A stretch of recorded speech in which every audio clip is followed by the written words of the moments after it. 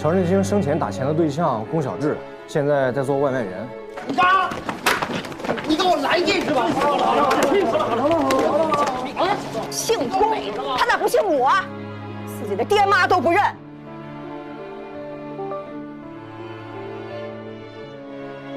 还有那个杨静，他是东平市开发区分局的刑警。乔振兴生前总是在给他打电话，是不是他还在调查万海案？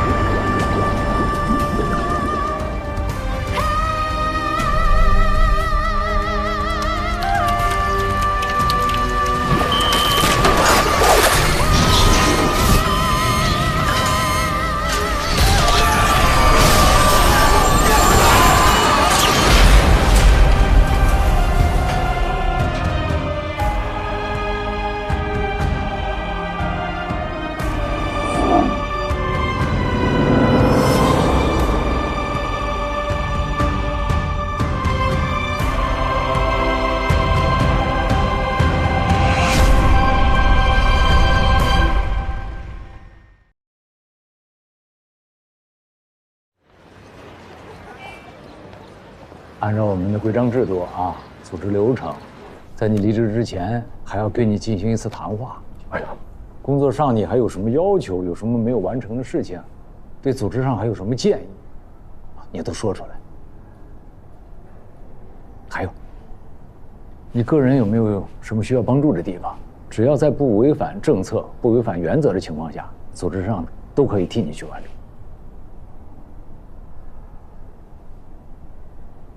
就进11部以来，一个朋友没交下来，这个组织解决不了，这属于个人人品问题。都挺好。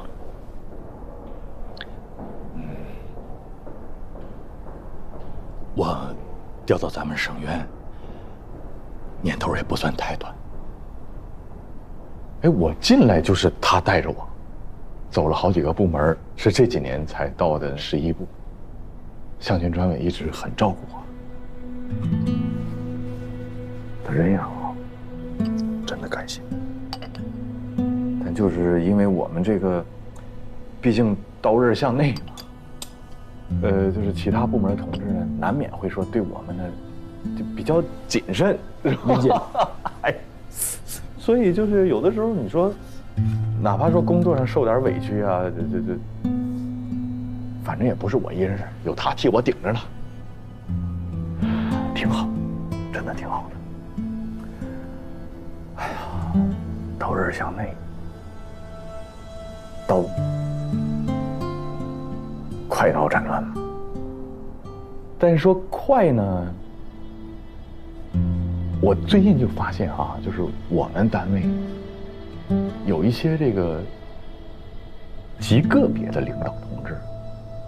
在快这个问题上做的不是那么的到位，有点磨磨唧唧，甚至说耽误工作。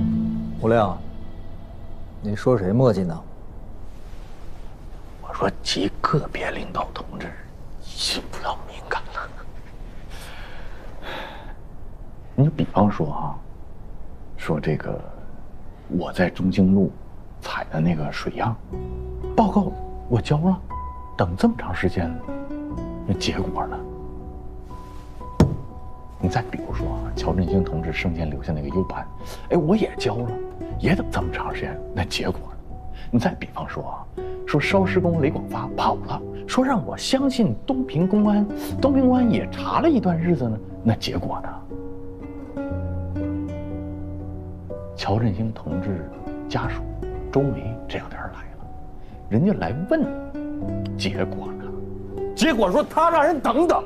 哎，你跟死者家属，你跟人说等等，有这么说话的吗？有这么当领导干部的吗？你不用敏感了，就说的是你。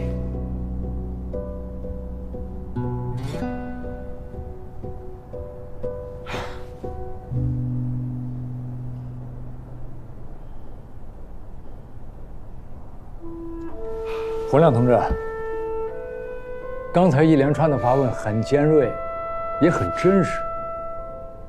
你刚才提到了水漾是吧？好，水漾在这儿。你是一个即将离职的检察官，我可以给你看。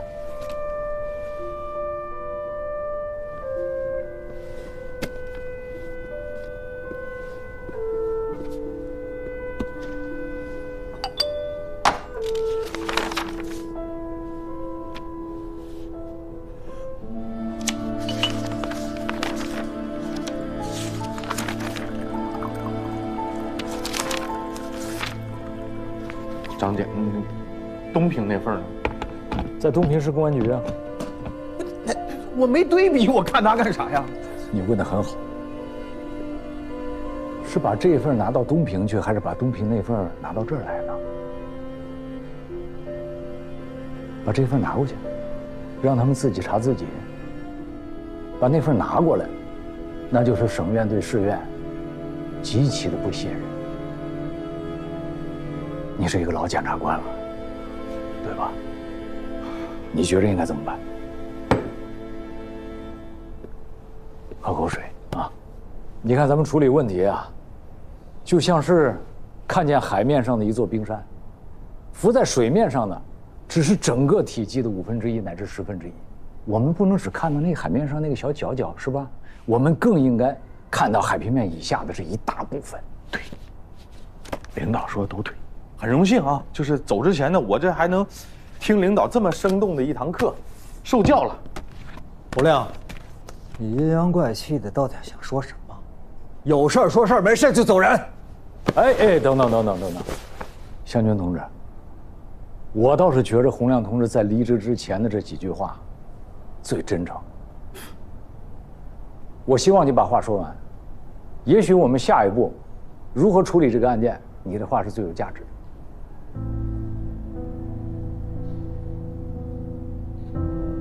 好，张姐，那接下来我说这些话呢，如果您不打断，我就自动默认您同意了。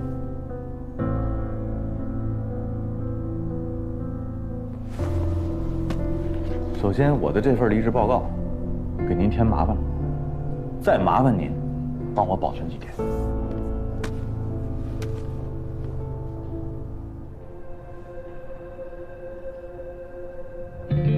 第二，孙传伟，请你给我提供一份打好包的半年之内的乔振兴同志生前的银行流水和通话记录，明天早上之前必须给到我。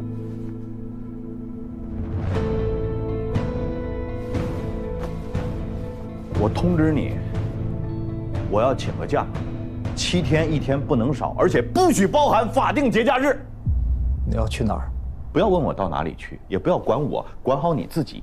麻烦你亲自给周梅同志打个电话。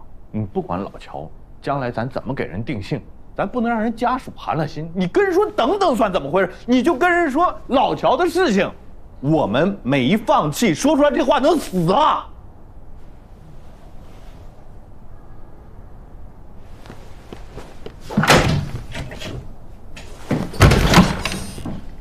张姐，我走了。我呢，现在就要让他们看看，11部不是吃干饭的。11部的检察官，哪怕说要离职了，我们也能遇佛杀佛，遇鬼杀鬼。我们要证明，首先我们不光是检察官，我们还是一个堂堂正正的人。一把快刀啊！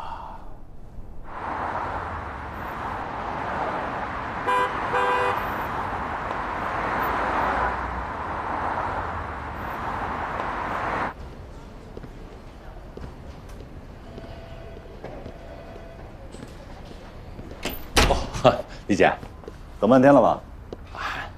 刚才临时加了个会。哎，坐。哎，好。那个李姐，您找我来有事儿啊？就是聊聊。啊。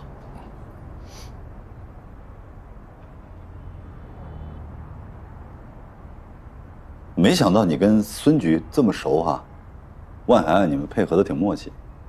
从你接手万海案以后，也就10天吧，公安那边就对张文京立案了，对吧？李姐，我知道您心里怎么想的。对，我跟孙局配合的挺好，这么多年了，互相都非常信任。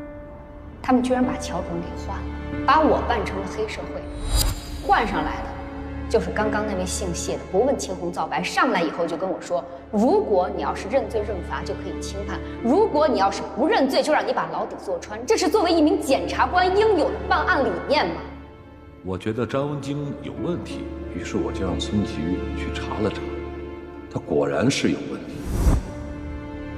这么多年，都是这么配合的。那万海案，就说张文京案吧。张文京案，咱们是不是没有尽到审查义务？审查的时候出现问题，退回公安补充侦查，这样的情况也不少见了。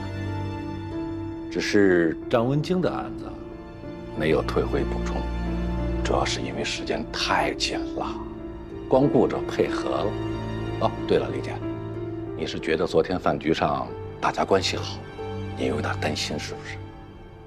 啊，说白了，我们的确是配合默契，这可是这么多年合作、监督、摸爬滚打在一起的磨合出来的默契。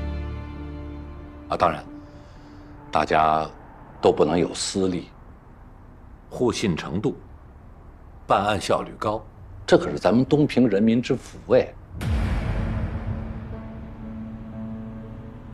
您说是吗？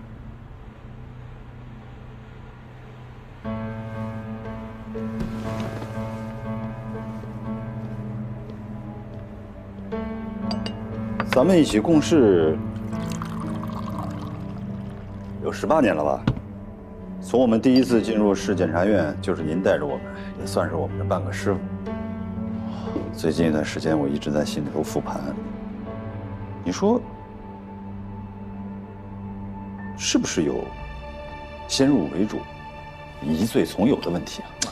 李姐，这话关起门来说说就行了。要我说，张文京的案子是查了，证据上有瑕疵嘛，指导组有力压，哎，但不等于说对他的指控全都错了。昨天蓝书记怎么说的？您还记得吗？不要因为张文京影响到了万海案，要有大局思维嘛。伪造文书很有可能是万海团伙为了混淆办案人员视线，企图将罪行推脱到张文京一个人身上的一种手段。张文京态度反复，也很可能是内部利益分配不均造成的。万海案其他的证据链都已经闭合，我们只要将张文京另案单独重查就好。把证据有瑕疵的张文京案剔除，单独审查。万海案证据链闭合没有问题，依然可以起诉。也别那么早下结论。那几处笔迹作假，王海说是他做的，你们又进一步核实了吗？钱波指使邵小燕诬陷万海，钱波的动机又是什么？你们查过吗？案子都到审判阶段了，瑕疵排除了就判了，难道这个时候我要没事找事吗？李姐，这么多年了，大家联合办理案子，那真是数不胜数啊。同志们来往多些，关系好些，这不是人之常情吗？蓝书记惜才爱才，着眼东平的大局。哦，对，就是因为你万海案办得好，才让你上桌了。蓝书记多谨慎呐！你跟他还是亲戚呢，他不是也没有拉你进来吗？但是现在可不一样，蓝书记现在很看重你，任娟，好好干。哎呀，我呢过几年就退休了，没福气呀，要不然得跟着你吃香的喝辣的，多享受啊，是吧？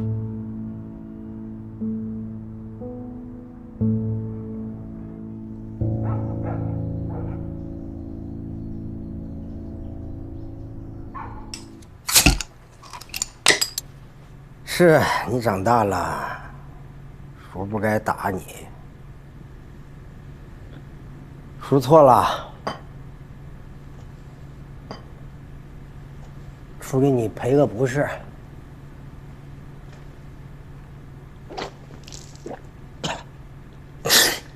哎呀，行了，别跟叔一般见识了，以后不打你了。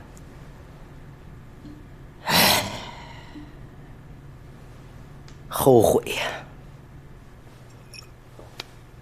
你爸进去前儿，唯一嘱咐我一件事，就是要把你送出去。我真不该心软让你留下。我咋走？我一个人在外面，我爸在监狱，这么大个产业就给你啊？你搁这儿待着又能咋的？我长大了，我能管事儿。是啊，你长大了。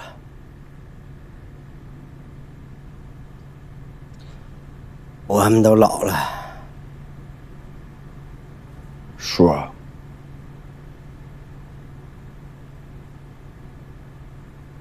我这2天一直做一个梦，就是探监的梦。我那天为什么戴着墨镜？不是怕我爸看着我的伤，是因为我不敢正面看我爸一眼，直到他说：“来，你看看，你看我现在这样，你想变得和我一样吗？”我才看他第一眼，我就这么看着他，咋这样？头发全白了。才进去几年呀，怎么就老了20岁？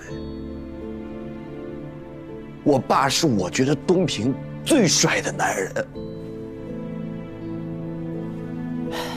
他怎么就这样？叔，我特别难受。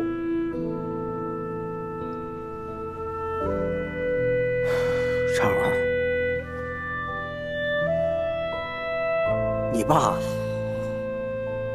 活这么大，没说过软话，没跟谁低过头。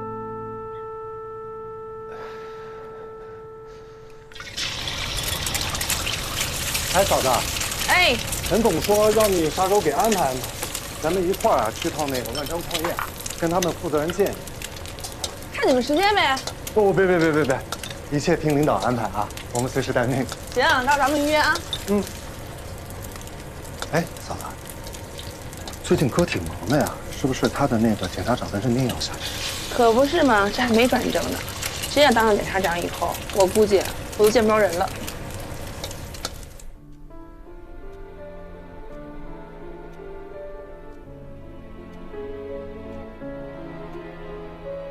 望海无罪，我们不是黑社会，全都是诬陷。我没有任何机会可以发声，如果一直拖下去，他们会有更多的时间伪造证据，做假的文书材料。你住口！谁造假文书了？谁伪造证据了？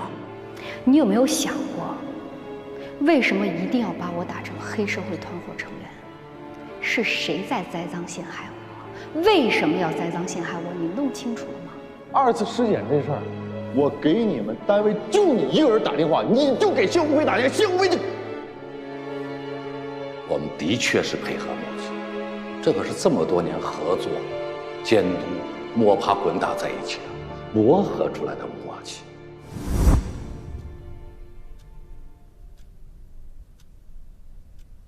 叔，我想问你个事儿啊，我还挺好奇。你说你和我爸当年咋发的家？哎，你给我讲讲我爸当年在东平有没有那么叱咤风云？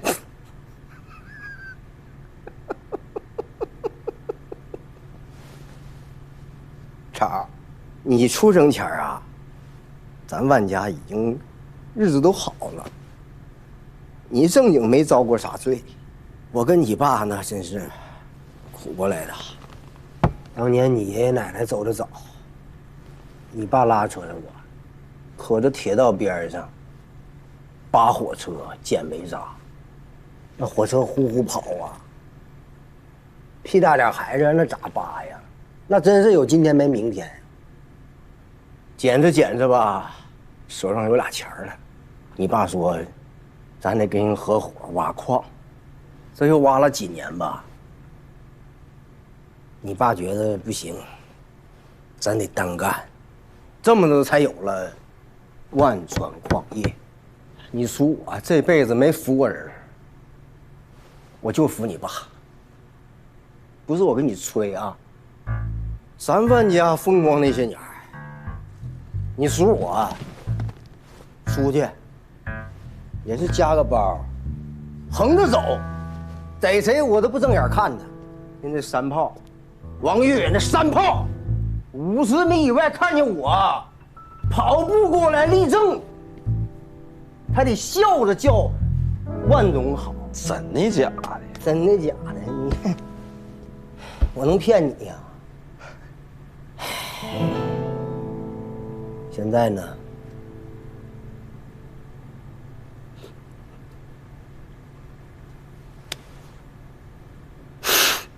没了，全没了。你爸进去了，咱家现在是虎落平阳被狗欺呀。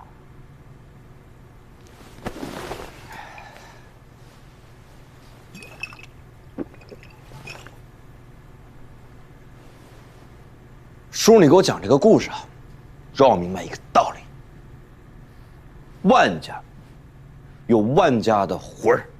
我爸靠捡煤渣打出来的万川矿业，我万朝守定，这个东平我肯定就不走了。哎呀，我想好了，还是要开采。我就不信那个矿业局能天天盯着我，明天就干。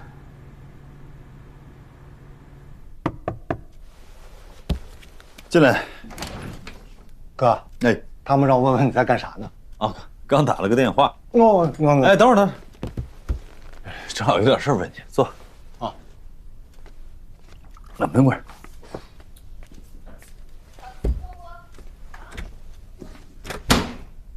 坐。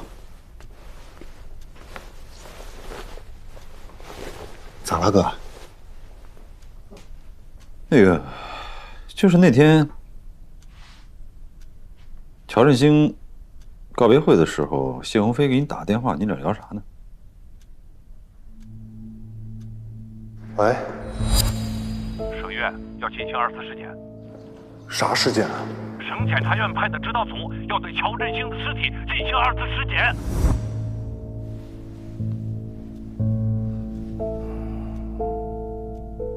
应该是聊万海的事儿吧？我俩打电话能说啥呀？那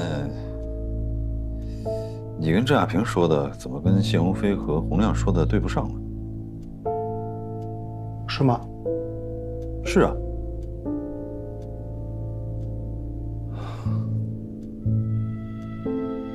嗨，哥，那段时间呢，我真的是太忙了，每天一堆电话。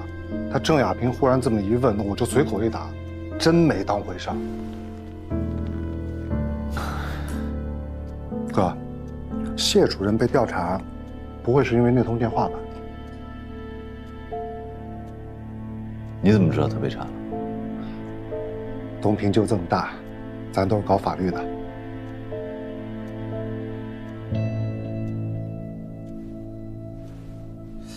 你跟老谢什么时候认识的？认识多长时间了？哎呦，得有挺多年的了。我在县检察院的时候跟他打过交道。你要说我们俩怎么认识的，时间太久，记不清了。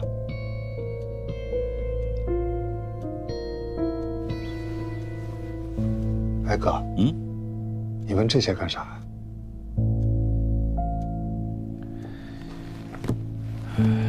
这不是要升检察长了吗？组织上还是要对我进行一下考察。我懂。开饭啦！大少爷、小少爷们，请入席。我先过去。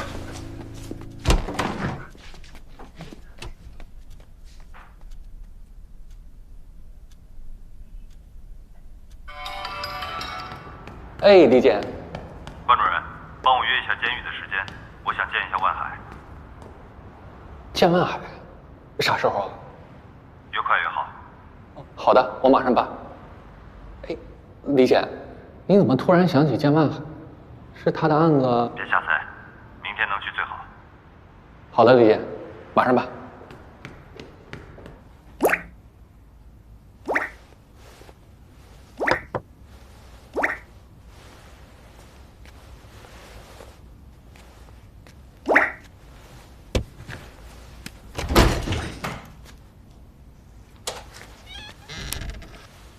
谁啊？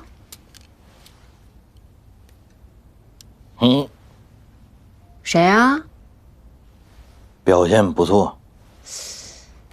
我问你谁呢？小群群。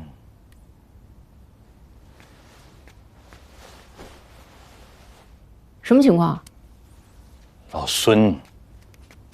向群。侯亮，你要的东西准备好了。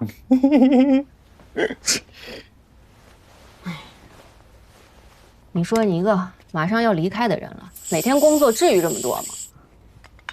又不是要离开人世了，生命不息，工作不止呗。再说能力这么强，领导舍不得要走了，总得说最后再使唤使唤，也可以理解。那他这是又给你安排新任务了？小梅来了。啊？老惨。这案子不是已经定性了吗？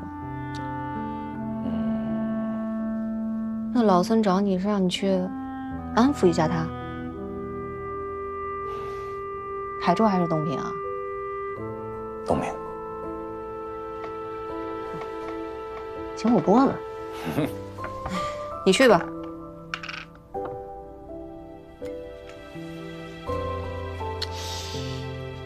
这么痛快答应呢？有什么陷阱？小梅跟咱们什么关系啊？你于公于私都该去一趟。但我提醒你一句啊，你去了之后多动脑子，少说话。明天早上给小远发个信息说一声，你可抓点紧啊！北京的工作再拖就拖黄了。救命！喷过了，喷过了。我喷你，你赶紧自己喷。哎，行了，你会。加个班，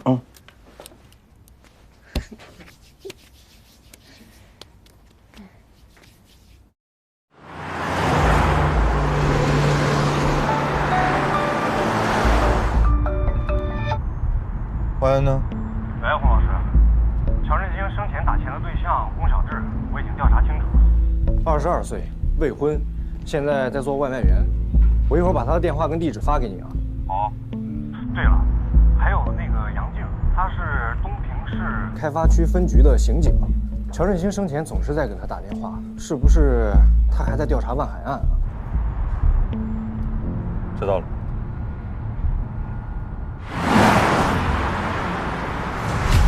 那个开工之前啊，跟大伙儿聊两句。最近倒春寒啊，你如果一旦送餐晚了，餐肯定凉。你愿意吃凉饭吗？对吧？顾客肯定投诉或者差评，好吧？那个还有一个，路滑注意安全。你要真摔了，餐就洒了，洒了顾客拿到餐就是差评。我，干什么呢？我说半天说谁呢，大哥呀？啊，昨天你一共下几单？让顾客投诉8单，晚了，你给人赔个礼道我歉。你说你一天拉了个驴脸给谁看的？你爹死娘嫁人了？你这有爹生没爹叫个东西！你给我来意思了！你怎么说你不服啊？我整不了你！开工了，开工！有能耐啊，小子，多跑2单，别跟我较劲去！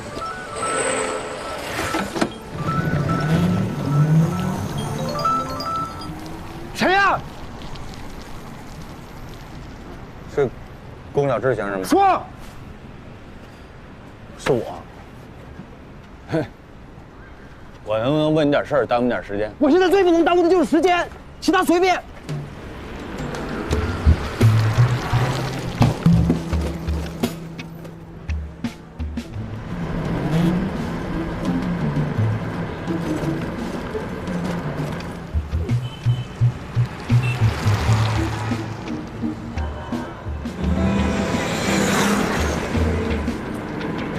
说啥？能不能这次在不耽误你的时间的情况下，给你问点事啊？说，乔振兴你认不认识？谁？乔振兴，不认识。他不给你打过钱吗？你咋能不认识呢？你谁呀？我的哥们儿，是不是给你打过钱？跟你有关系吗？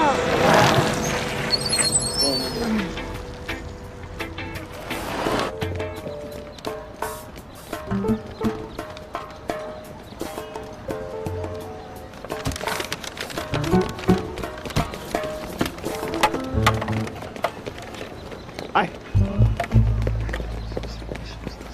我不是想跟你要钱，我想问问他为啥给你钱啊？你不是他哥们吗？你找我干嘛？你自己问他去。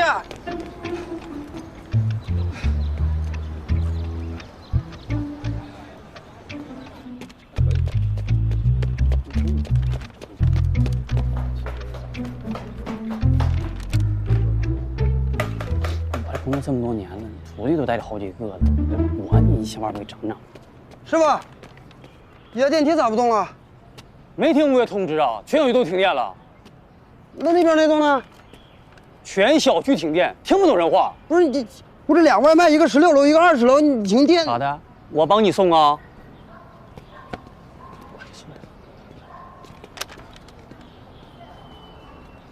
哎哎哎！我喊什么？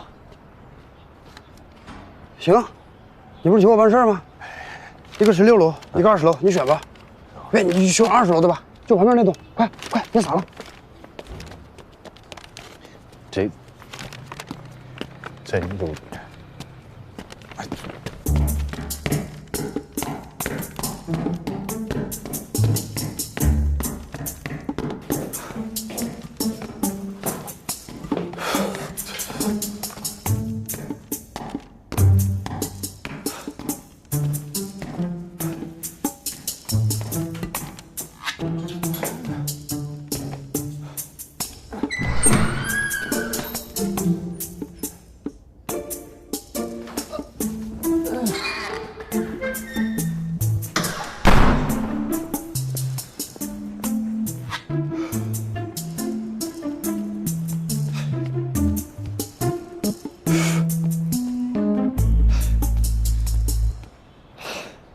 素质好，气质佳，跑得快，态度甜，因为向领导，打赏5块钱。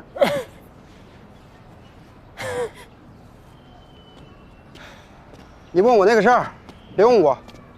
你去个地方，站前街丽人美甲店，找个老娘们儿。谁？王丽。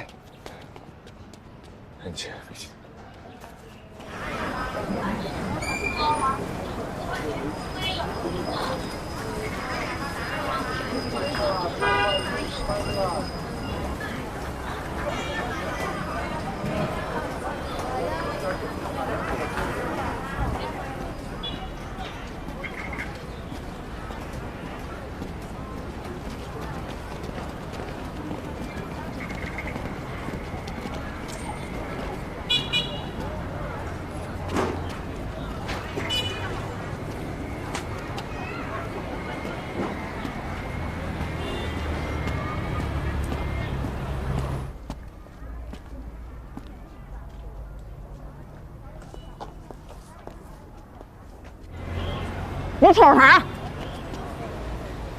找人。找谁啊？美甲王丽。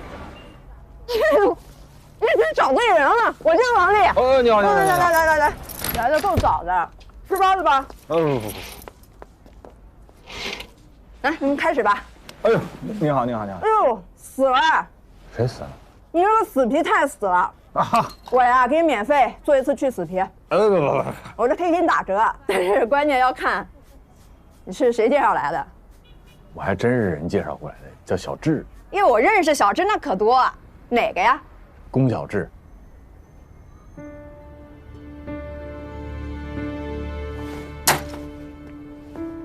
出去！出去！我是来问你事儿的。我不知道。我还没说什么。你问什么我也不知道。这个龚小智。我跟你说话怎么不听啊？不提他还好，提他我啥也不知道。你走。个瘪犊子玩意儿，姓龚，他咋不姓母啊？自己的爹妈都不认，你去问他是不是姓孙，问完再说。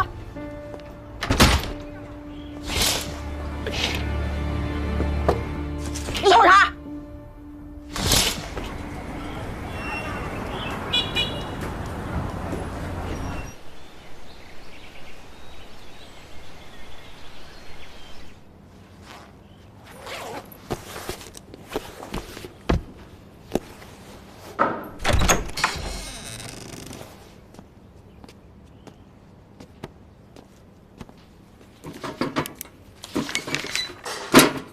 谢谢啊，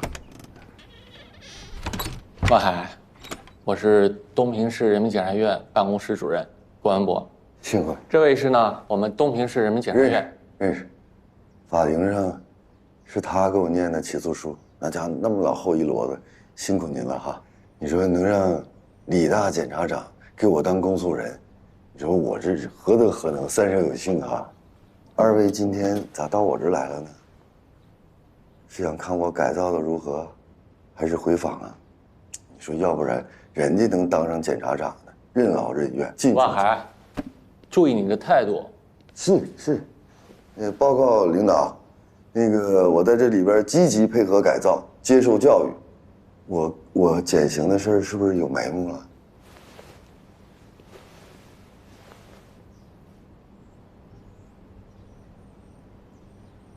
万海黑社会性质组织案，我个人认为办得不彻底。那还想咋彻底呀？这判了10年10个月了，再彻底就无期了。在你开庭第一天，张文京就喊：“万海无罪，我们不是黑社会，我们是被冤枉的。”那是不是说东平公检法系统有黑恶势力的保护伞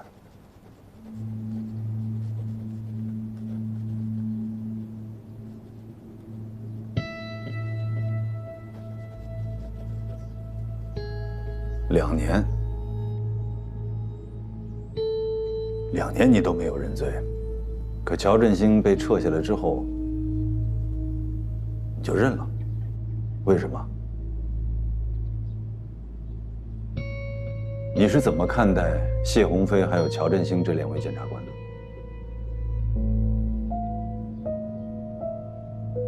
您瞅您问的这2位，如果我没记错的话，他们应该是你的团队的人吧？那他们是什么样的人，您应该比我更清楚啊，问得着我吗？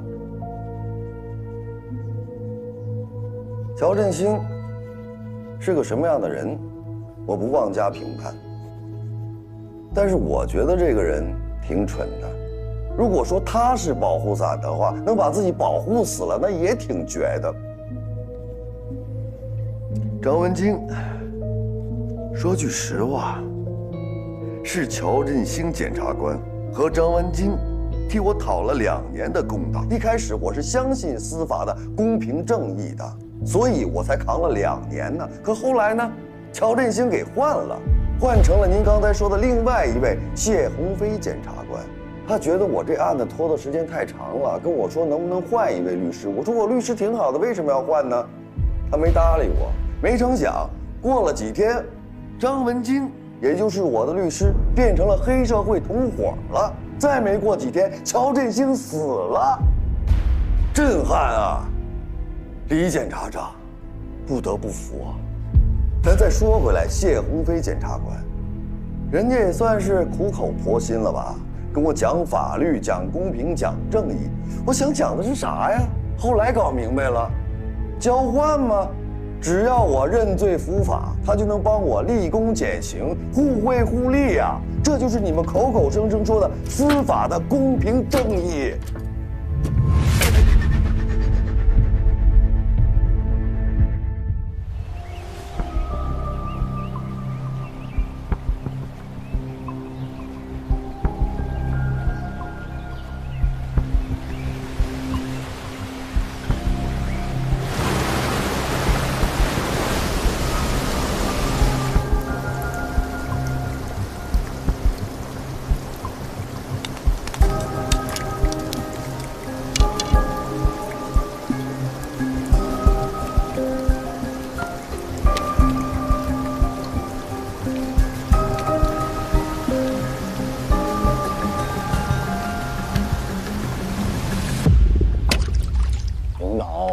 请教一个问题啊，我现在帮人采个水样，之前那个要对比的样本呢是冬天结冰的时候在河面上取的，你现在开春冰都化了，你觉得这个对比数据可用度高吗？如果说活水啊，冰化了以后，两岸生态都发生变化，水里的微生物和菌群的种类数量都会不一样，所以啊，这水样价值不大。好嘞，明了。这个还有意义吗？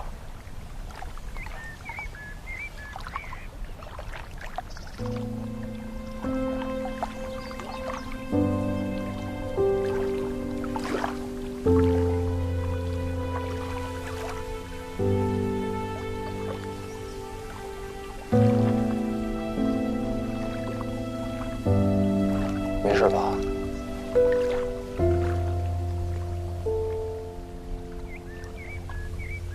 还真有个事儿。东平公安局开发区分局有没有一个警官叫杨静？杨静？嗯。洪亮，是吧？是。从海州过来的。是。指导组的。是。解散了。你们怎么知道我跟乔振兴通过电话？还是挺久以前的事儿了。